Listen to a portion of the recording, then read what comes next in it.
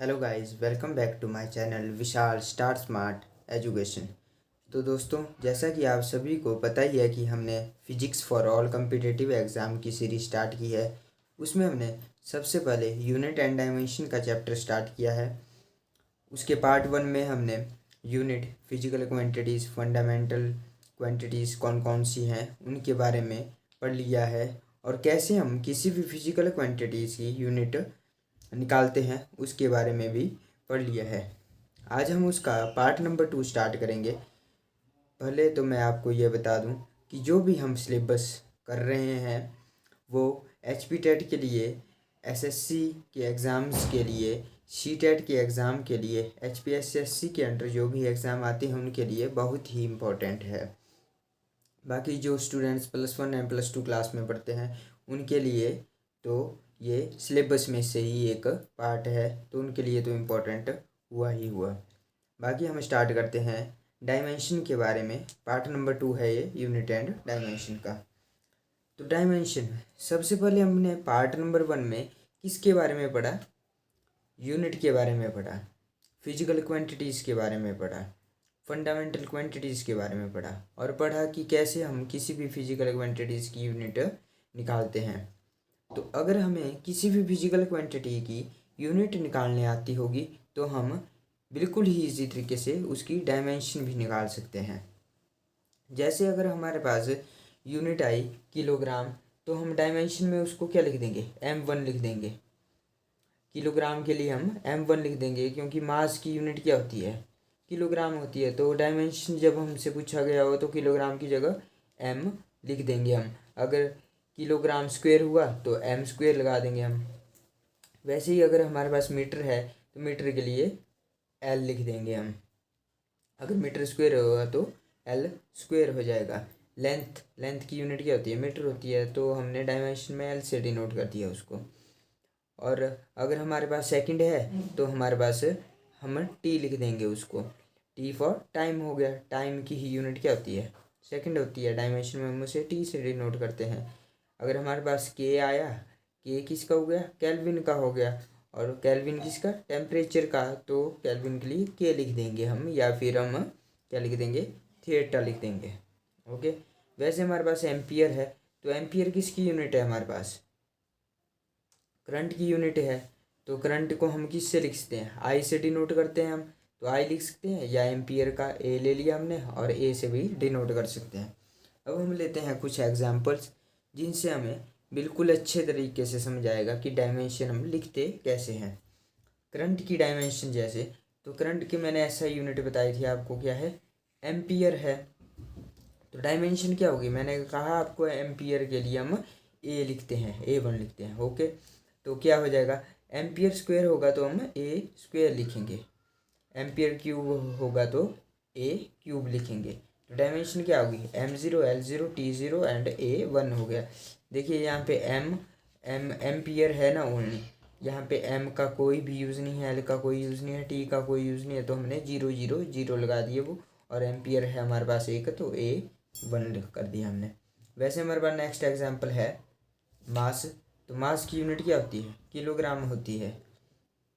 तो मैंने आपको बताया कि मास किलोग्राम को हम किससे डिनोट करते हैं? जब हम डायमेंशन लिखते हैं M से डिनोट करते हैं। तो इसकी डायमेंशन क्या होगी? M1, L0, T0। देखिए लेंथ का कोई रोल नहीं आ रहा है इसमें, क्योंकि यूनिट में क्या है? किलोग्राम ही है ओनली। तो L क्या है? यहाँ पे 0 ही है। L तो नज़र नहीं आ रहा है तो वो 0 हो गए। T हमें टाइम भी नज़र नहीं आ रहा है तो T भी 0 हो गया। वैसे हमारे पास स्पीड है। तो स्पीड के लिए सबसे पहले हमें पता होना चाहिए स्पीड क्या होती है। डिस्टेंस अपॉन टाइम होता है। और डिस्टेंस को हम किससे मापते हैं? कौन, क्या यूनिट है डिस्टेंस की? मीटर है। वैसे टाइम की क्या है? सेकंड है। तो मीटर के लिए मैंने क्या बताया आपको? डायमेंशन में हम क्या लिखेंगे? L1 लिख देंगे। और सेकंड के लिए T1 लिख देंगे। तो इसकी यूनिट क्या होगी? M0 हो गया, क्योंकि यहाँ पे मास तो है नहीं, किलोग्राम तो है नहीं कहीं पे, तो M0। टी हमारा नीचे था, जब ये ऊपर जाएगा तो इन्वर्स में चले जाएगा, T-1 L1 हो गया। वैसे हमारे पास वेलोसिटी है। वेलोसिटी क्या होती है हमारे पास? डिस्प्लेसमेंट अपॉन टाइम होती है। डिस्प्लेसमेंट क्या होता है? अब हमें पता होना चाहिए डिस्प्लेसमेंट होता क्या है। The shorter distance between the initial and the final point is known as displacement. तो ये भी डिस्टेंस ही हुआ। तो डिस्टेंस को किस में मापते हैं हम, क्या यूनिट है डिस्टेंस की, मीटर है। और वैसे ही टाइम की सेकंड है, तो हम इसको क्या लिख देंगे, इसकी डायमेंशन क्या होगी, m0। किलोग्राम तो यहाँ पे है नहीं, तो m0 हो गया L1 एंड t इनवर्स हो गया, t-1 हो गया हमारे पास, क्योंकि सेकंड नीचे था, ऊपर गया तो इनवर्स में चला जाता है। जो भी मैं आपको यहाँ पे फिजिकल क्वांटिटीज़ की डायमेंशन करवा रहा हूँ वो सभी इंपॉर्टेंट है। वो हमारे HP टेट में देखने को मिलती है, SSC के पेपर में देखने को मिलती है। जिन्होंने पहले ये HP टेट, SSC के पेपर या CTET के पेपर दिए हैं उन्हें पता ही होगा कि यहाँ से एक या दो क्वेश्चन बनते ही बनते हैं हमारे। या तो डायमेंशन से हमें क्वेश्चन आ जाएगा, या तो हमारा यूनिट से क्वेश्चन आ जाएगा कि इसकी यूनिट्स बता दो, फोर्स की यूनिट बता दो, फोर्स की डायमेंशन बता दो। वैसे नेक्स्ट है हमारे पास एक्सेलरेशन। एक्सेलरेशन क्या होता है, हमारे पास वेलोसिटी अपॉन टाइम होता है। तो वेलोसिटी को किस में मापते हैं हम, मीटर पर सेकंड में, और टाइम के लिए सेकंड हो गया। जब सेकंड को हम ऊपर ले जाएंगे तो क्या हो जाएगा हमारे पास, मीटर पर सेकंड स्क्वायर हो जाएगा। तो उसके लिए डायमेंशन क्या है, m0, मास यहाँ पे है नहीं, किलोग्राम यहाँ पे है नहीं, और L1 है हमारे पास, मीटर एक ही है हमारे पास, और S-2 है हमारे पास, तो कितना हो जाएगा, T-2 हो गया हमारे पास। वैसे हमारे पास नेक्स्ट है फोर्स। फोर्स का फार्मूला क्या होता है, मास इंटू एक्सेलरेशन होता है। तो मास के लिए हमने किलोग्राम लिख दिया, और एक्सेलरेशन क्या होता है, मीटर पर सेकंड स्क्वायर होता है। तो डायमेंशन क्या बन गया, यहाँ पे किलोग्राम है तो m1 हो गया हमारे पास, और m भी है यहाँ पे, मीटर भी है, तो L1 हो गया, और T-2 हो गया। जो भी हम ये फिजिकल क्वांटिटी कर रहे हैं इसके बारे में हम बाकी नेक्स्ट हमारे यूनिट स्टार्ट होंगे, उसमें हम स्पीड के बारे में पढ़ेंगे, वेलोसिटी के बारे में, एक एक टर्म के बारे में बिल्कुल डीप हम पढ़ेंगे कि होती क्या है स्पीड, कैसे हमें पता चला कि डिस्टेंस अपॉन टाइम से स्पीड निकलती है, या वेलोसिटी हमारे डिस्प्लेसमेंट अपॉन टाइम है। इसके बारे में एक एक टर्म के बारे में हम आगे पढ़ेंगे। नेक्स्ट है हमारे पास वर्क। वर्क क्या होता है हमारे पास, फोर्स इंटू डिस्प्लेसमेंट होता है। तो फोर्स के लिए हमने क्या लिख दिया, किलोग्राम मीटर पर सेकंड स्क्वायर, पीछे हमने अभी देखा ही, और डिस्प्लेसमेंट मीटर हो गया। तो डायमेंशन क्या बन गई, किलोग्राम एक है यहाँ पे, तो m1 हो गया। यहाँ पे मीटर एक है, तो मीटर एक नहीं है हमारे पास, 2 है, क्योंकि डिस्प्लेसमेंट का मीटर भी एक इसमें जुड़ गया, तो L2 हो गया। और सेकंड इनवर्स कितना है, S-2 है, तो T-2 हो गया हमारे पास। बिल्कुल इजी है हमारे पास डायमेंशन निकालना, अगर हमें यूनिट का पता हो किसी भी फिजिकल क्वांटिटी की। डेंसिटी की बात किया है, तो डेंसिटी पहले सबसे पहले हमें पता होना चाहिए डेंसिटी होती क्या है, मास अपॉन वॉल्यूम होती है। तो मास के लिए किलोग्राम हो गया हमारे पास, और वॉल्यूम के लिए मीटर क्यूब हो गई, क्योंकि वॉल्यूम क्या होता है, length into breadth into height होता है। तो इन सभी को हम मीटर में मापते हैं, तो मीटर क्यूब हो गया। तो इसके लिए डायमेंशन क्या होगी, m1, क्योंकि किलोग्राम है, मीटर कितने हैं यहाँ पे, 3 हैं, ऊपर जाएंगे तो माइनस में हो जाएंगे ये, तो L-3 हो गया हमारे पास, L-3 हो गया हमारे पास, और T-0 है, क्योंकि टाइम तो यहाँ पे है ही नहीं। बाकी नेक्स्ट है हमारे पास पावर। पावर क्या होता है, वर्क अपॉन टाइम होता है। तो वर्क क्या होता है हमारे पास, force into displacement upon time है हमारे पास। तो सबसे पहले हम फोर्स इंटू डिस्प्लेसमेंट की जो हमारे पास डायमेंशन है, वर्क की जो हमारे पास डायमेंशन है वो लिख देंगे। नीचे हमारे पास डायमेंशन किसकी है, टाइम की, T1 हो गया। तो जब हम इसको सॉल्व करेंगे तो हमारे पास क्या आ जाएगा, m1 का m1 रह गया, L2 रह गया, और T-1 नीचे है, ऊपर -2 है, ये ऊपर चला गया, 1 में था, ऊपर जब जाएगा तो माइनस में चले जाएगा, -1 हो गया, -1 -2 कितने हो गए, -3 हो गए, तो T-3 हो गए। नेक्स्ट है हमारे पास मोमेंटम।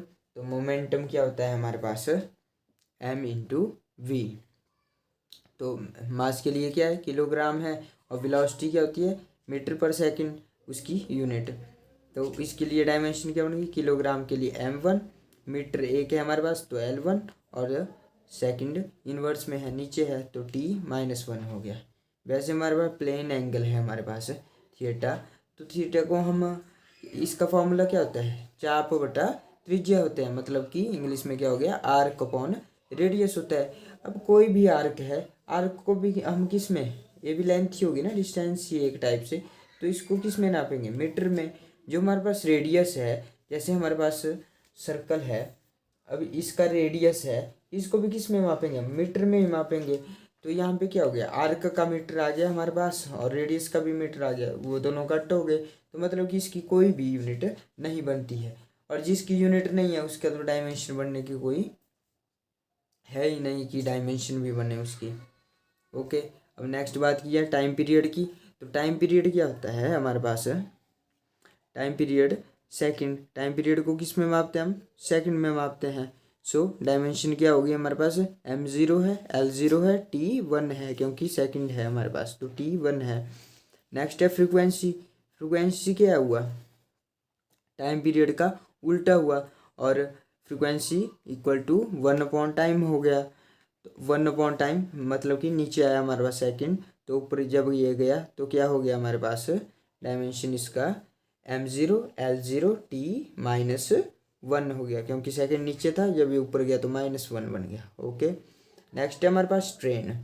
देखिए जैसे हमारे पास स्प्रिंग है, जब हम उसको क्या करते हैं, पुश करते हैं या पुल करते हैं, खींचते हैं, तो क्या होता है उसकी लेंथ में क्या होती है, चेंजिंग हो जाती है। पहले अगर वो इतना है, मान लो ये एल है, बाद की लेंथ में कितनी चेंजिंग आ गई, मान लो ये डेल्टा एल ले लिया हमने। तो स्ट्रेन क्या हुआ, चेंज इन लेंथ बटा original length, change in length upon original length. तो चेंज इन लेंथ को क्या मान लिया हमने, डेल्टा एल मान लिया, और ओरिजिनल लेंथ को एल में मान लिया। अब लेंथ कोई भी है उसे हम किस में मापेंगे, मीटर में ही मापेंगे। मतलब कि इसकी यूनिट क्या होगी, डेल्टा एल की भी मीटर होगी, एल की भी मीटर होगी, मीटर से मीटर कट। तो मतलब कि इसकी क्या नहीं आया, ऐसा यूनिट कोई नहीं आई, ऐसा यूनिट नहीं है, तो हमारे पास डायमेंशन भी नहीं होगी। नेक्स्ट है हमारे पास स्ट्रेस। तो स्ट्रेस की यूनिट क्या बनती है, स्ट्रेस हुआ क्या, जब हम किसी चीज़ के ऊपर, किसी एक पर्टिकुलर एरिया है हमारे पास, मान लो एक मेज़ है, उसके ऊपर जो हम फोर्स लगा रहे हैं, तो उसे क्या बोलते हैं, हम स्ट्रेस बोलते हैं। जैसे हम अपने दिमाग के ऊपर प्रेशर दे देते हैं, लगाते हैं ना प्रेशर, कई बार हमें कोई चीज़ होती है वो पसंद ना आए, तो हम स्ट्रेस में चले जाते हैं, हम बोलते हैं कि स्ट्रेस में चले गए। तो स्ट्रेस में कब जाते हैं हम, जब हम अपने दिमाग के ऊपर ज़्यादा वजन दे देते हैं, ज़्यादा प्रेशर डाल देते हैं, ज़्यादा फोर्स दे देते हैं उसके ऊपर, तो हम स्ट्रेस में चले जाते हैं। वैसे स्ट्रेस हुआ, क्या हुआ, जिस एरिया पे हम फोर्स लगा रहे हैं, मतलब कि फोर्स अपॉन एरिया हो गया, पर्टिकुलर एरिया के ऊपर, जैसे हम दिमाग के ऊपर लगाते हैं कभी कभी, तो वो ही हुआ स्ट्रेस। तो फोर्स अपॉन एरिया, फोर्स क्या होता है, न्यूटन उसकी यूनिट, और एरिया की क्या होगी, मीटर स्क्वायर होगी, क्योंकि एरिया क्या होता है, लेंथ इंटू ब्रेड्थ होता है। तो लेंथ को भी मीटर में, ब्रेड्थ को भी मीटर में ही मापेंगे, तो मीटर स्क्वायर हो गया। और न्यूटन के लिए हमने पहले ही पढ़ लिया कि फोर्स की क्या होती है डायमेंशन, m1 l1 t-2 होगी अपॉन एल स्क्वायर हो गया हमारे पास, क्योंकि मीटर को किसमें हम एल के फॉर्म में लिखते हैं जब हम डायमेंशन निकालते हैं। तो क्या डायमेंशन निकल गई, m1 l-1 t-2 निकल गई यहाँ से। मॉडुलस ऑफ इलास्टिसिटी क्या होता है, स्ट्रेस अपॉन स्ट्रेन होता है। जो स्ट्रेस की हमारे पास डायमेंशन है वो लिखनी है हमने, अपॉन स्ट्रेन की। इसको सॉल्व करके हमारे पास क्या आ रहा है, m1 l-1 t-2। देखिए स्ट्रेन की तो कोई भी हमारे पास डायमेंशन नहीं आई थी, क्योंकि इसकी कोई यूनिट ही नहीं होती, तो डायमेंशन कहाँ से आएगी। तो मतलब कि जो कि स्ट्रेस की डायमेंशन है वही क्या होगी, मॉडुलस ऑफ इलास्टिसिटी की भी डायमेंशन होगी। इसी के साथ ये हमारा चैप्टर पूरा ख़त्म होता है। कौन सा चैप्टर हमारा, यूनिट एंड डायमेंशन। 2 पार्ट्स में हमने ये किया। यहाँ से आपको 1 या 2 क्वेश्चन ज़रूर देखने को मिलेंगे, जो भी हैं टेस्ट की तैयारी कर रहे हैं, HP टेट जो कि आने ही वाला है। बाकी SSC एग्ज़ाम हो गया, CTET हो गया, HPSSC के जो भी हमारे पास टेस्ट होते हैं उनमें भी यहाँ से क्वेश्चन देखने को मिलेंगे। बाकी प्लीज़ अगर आपको वीडियो अच्छी लग रही है या फिर आपके लिए ये वैल्यूएबल हो रही है, तो प्लीज़ मेरे चैनल को सब्सक्राइब करें और वीडियो को like share and comment video पे ज़रूर करें।